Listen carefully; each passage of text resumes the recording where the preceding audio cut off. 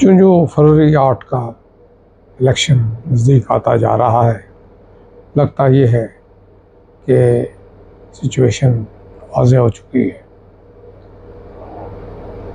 वतन दुश्मन पीटीआई इस कॉन्टेस्ट से बाहर हो चुकी है और मुस्लिम लीग नून अपनी अगली हुकूमत बनाने जा रही है।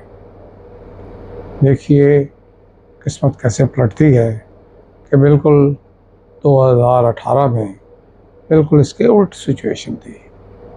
उस वक्त मियां नवाज शरीफ कैद थे और नाअहल करार दे दिए गए थे और वो इलेक्शन नहीं लड़ सकते थे, जबकि उन दिनों इमरान खान का जो प्रोजेक्ट है उसका रूह चल रहा था, इस्टेब्लिशमेंट उसके साथ थी, जिसको कहते हैं कि गलियां सुंजियां हो चुकी थीं और उसमें इमरान खान का मिर्ज़ा यार जो है वो दंदराता फिर रहा था। लेकिन अब सिचुएशन बिल्कुल मुख्तलिफ है। इस वक्त ये है कि जो कि हर आने वाला दिन मुस्लिम लीग नून की मकबूलियत में इजाफा करता जा रहा है, तो साफ लग रहा है कि उनके इलेक्शन की मुहिम तेज़ी पकड़ रही है और लोगों की ज़्यादा से ज़्यादा तादाद उसमें शामिल हो रही है। देखना ये है कि अगर ये सिलसिला बरकरार रखता है तो इस्टेब्लिशमेंट के लिए क्या सूरत हाल बनेगी। उन्होंने नवाज शरीफ की 3 मरतबा पहले हुकूमत देखी है, इस दफ़ा चौथी हुकूमत बनने जा रही है, तो उनकी भी ख्वाहिश होगी कि कोई इस कदर मेजॉरिटी उन्हें ना मिल जाए कि वो आगे जाके उनके लिए कोई ट्रबल क्रिएट कर सके। तो इस वक्त जो चैलेंज है वो ये है कि नवाज शरीफ हुकूमत तो शायद बनाए, लेकिन उसकी मेजॉरिटी इस कदर ना हो कि वो किसी कोलिशन का रवादार ना हो और अपने तौर पर वो बना सके। इसमें देखते हैं हम कि जो पीटीआई है उसके उम्मीदवार आज़ाद लड़ रहे हैं, उनके पास इलेक्शन सिंबल नहीं है। इलेक्शन सिंबल उनका बल्ला हुआ करता था, लेकिन बल्ला जो है वो गायब हो चुका है और उसकी जगह पे आलू टिंडे किस्म की चीज़ें, और सुना है उनके प्रेसिडेंट परवेज़ इलाही को तो खोता रेडी ऑफर की गई है। उसने अदालत में गया है कि जनाब मुझे खोता रेडी से कम मोहर ही दे दे। उन्होंने कहा नहीं जी, आप खोता रेडी के ही काबिल हैं, क्योंकि ये सिंबल आपको अलॉट हो चुका है, तो आप इससे बाहर नहीं जा सकते। अब उनकी ख्वाहिश है कि वो आज़ाद सब जीतें और आज़ाद जीत के तो फिर वो पीटीआई में शामिल होने की कोशिश करें और पीटीआई को मेजॉरिटी दिला के तो हुकूमत बनाए। अभी इसको कहते हैं मैड मैन्स ड्रीम, यानी एक बेवकूफ़ और जाहिल और पागल आदमी का ख्वाब है, क्योंकि ऐसा हो ही नहीं सकता। आधी से ज़्यादा तो उनकी जो सीट्स हैं, रिज़र्व सीट्स, वो तो उनके पास है ही नहीं। अगर वो नहीं है तो किसी सूरत में हुकूमत तो नहीं बना सकते। हाँ, ये है कि एक अगर वो यूथ को निकालने में कामयाब होते हैं तो मुमकिन है कि वो आज़ाद उम्मीदवारों की शक्ल में, जो कि लॉयलिस्ट हैं इमरान खान के, उनकी शक्ल में एक प्रेशर ग्रुप नेशनल असेंबली में क्रिएट कर सकें। लेकिन प्रेशर ग्रुप पॉलिसी फॉर्मुलेशन में तो कोई रोल नहीं अदा कर सकते। वो ज़्यादा से ज़्यादा इम्पेडिमेंट क्रिएट कर सकते हैं और कानून साजी में रखनंदाजी कर सकते हैं। इसके ज़्यादा तो उनके कोई वैल्यू नहीं होगी। इसके साथ ही हम देखते हैं कि उन्हें इलेक्शन में तो कामयाबी की कोई सूरत नहीं है, लेकिन एक मौजू में जहाँ उन्हें कामयाबी मिल रही है वो है धड़ाधड़ कानूनी जितने मुकदमे थे उनके फैसले आते जा रहे हैं, और फैसले जो ही आते हैं तो एक से एक फैसला अगले से बदतर होता है। हम जब तोशाखाना का फैसला आया तो 10 साल की कैद हुई, तो उनके जो फेवरेट किस्म के जो यूट्यूबर्स हैं, जो उनके तत्थे बत्थे हैं, उन्होंने इस पर लिखा कि सिर्फ 10 साल, ये तो परवाह कोई नहीं है, खान दूसरे दिन ही वापस आ जाएगा।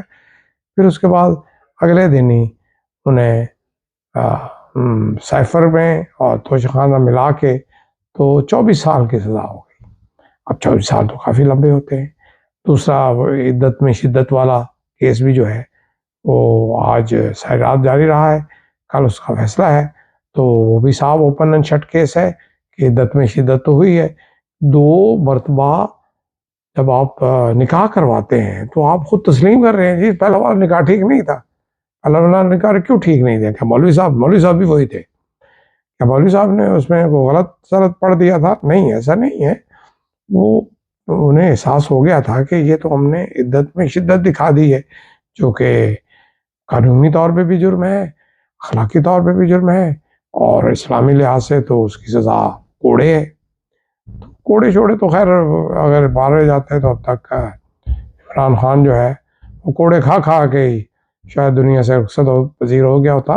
तो कोड़ों का तो खैर मसला नहीं है, लेकिन ये बात तय है कि ये ओपन एंड शट केस है, इसमें भी सज़ा होने जा रही है।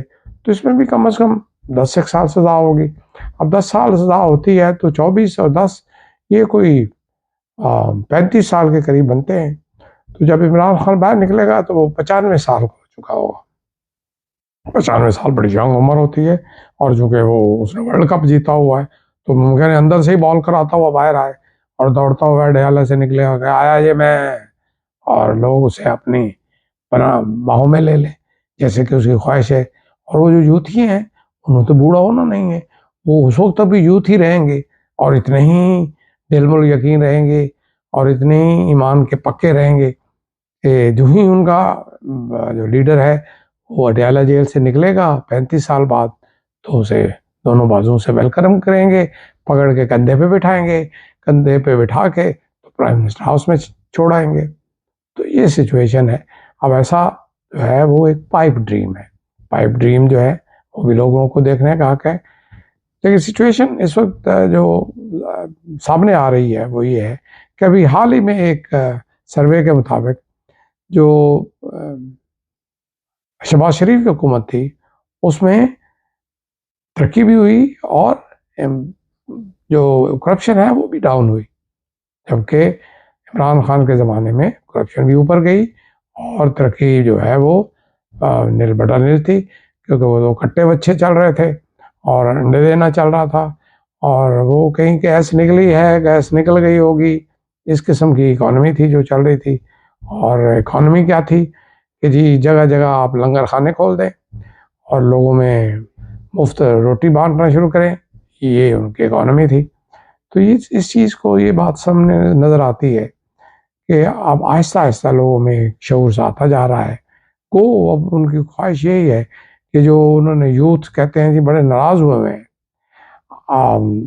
तो वो जी निकलेंगे जौक दर जौक और जाके इमरान खान को वोट डाल आएंगे और जो हमारे इंडिपेंडेंट्स हैं वो जीत जाएंगे।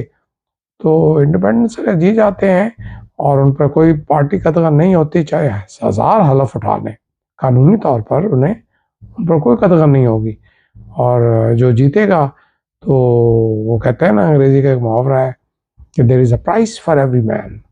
अब दूसरे सिर्फ प्राइस ये होती है, किसी की थोड़ी होती है, किसी की हाई इनफ होती है। तो एक ख़ास जगह पे जाके जब इन आज़ाद गधों की जब बोली लगेगी तो बोली लगाने वाले तो पिछली दफ़ा जब तरीन खान का जहाज़ चला था तो वो भी पकड़ के ले गया आता रहा था और उसने ही मेजॉरिटी से दिलवाई थी। तो इस दफ़ा तरीन जो है उसका जहाज़ तो शायद नहीं चलेगा, लेकिन मेरे ख्याल में जो बोली है वो बहरहाल खूब लगेगी और बोली में जो जो बेचारे भूले पटके जीत के आएंगे भी, उसमें मज़ेदार बात यह है कि उनके पास सिर्फ 3 दिन होंगे ज्वाइन करने के लिए।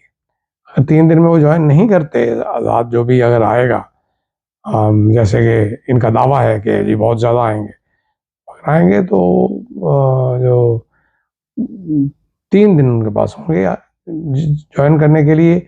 और जहाँ तक पीटीआई है उसके मुताबिक इलेक्शन कमीशन ने कह दिया है कि जो कि उनको सिंबल अलॉट नहीं हुआ तो उसमें जो आज़ाद उम्मीदवार हैं उसको एज पॉलिटिकल पार्टी ज्वाइन कर ही नहीं सकते। दूसरे लफ्ज़ों में प्रैक्टिकली पीटीआई जो है वो एज पॉलिटिकल पार्टी एग्जिस्ट ही नहीं करती। लेकिन बहरहाल अब एक ऐसी सिचुएशन आ गई है जिसमें ये देखना है कि आर्ट को क्या होता है। फिलहाल तो ये है कि इलेक्शनियरिंग जारी है, मियां नवाज शरीफ बड़े ज़बरदस्त जलसे कर रहे हैं।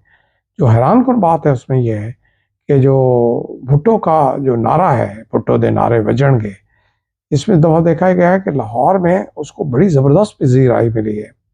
और बिलावल भुट्टो जहाँ जहाँ गए हैं उनको लोगों ने बड़ा वेलकम किया है। उनको सबसे ज़्यादा हैरत की बात यह है कि सबसे ज़्यादा वेलकम उन्हें KPK में किया गया, और KPK में एक टफ किस्म का कंपटीशन होने जा रहा है। सिंध में तो पीपल्स पार्टी जीत रही है, जबकि मेजॉरिटी जो है जो पंजाब की है वो नून के पास जा रही है। KPK अभी ओपन है, क्योंकि KPK वाले, वो कहा जाता है ना कि हम भोले तो हैं लेकिन इतने भोले भी नहीं। उन्हें पता है कि यार इमरान खान ने तो अब आना नहीं, कम से कम, और नहीं तो कम से कम इस 5 सालों में तो वो आउट है।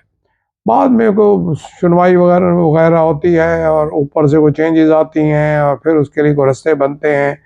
वो कहते हैं ना, जंगल में मोर नाचा किसने देखा, उसकी सिचुएशन और होगी। लेकिन फ़िलहाल ये है कि मियां नवाज शरीफ का तूती बोल रहा है। जो बिलावल भुट्टो है वो एक ज़बरदस्त किस्म की टफ कंपेन कर रहा है, जो कि पॉलिटिशियन को चाहिए। और लगता ये है कि अगर प्राइम मिनिस्टर ना भी बना तो एक स्ट्रॉन्ग किस्म का पोजीशन लीडर के तौर पे सामने आ रहा है। और अगला दौर जो है वो बिलावल भुट्टो का हो सकता है। खुदा हाफिज।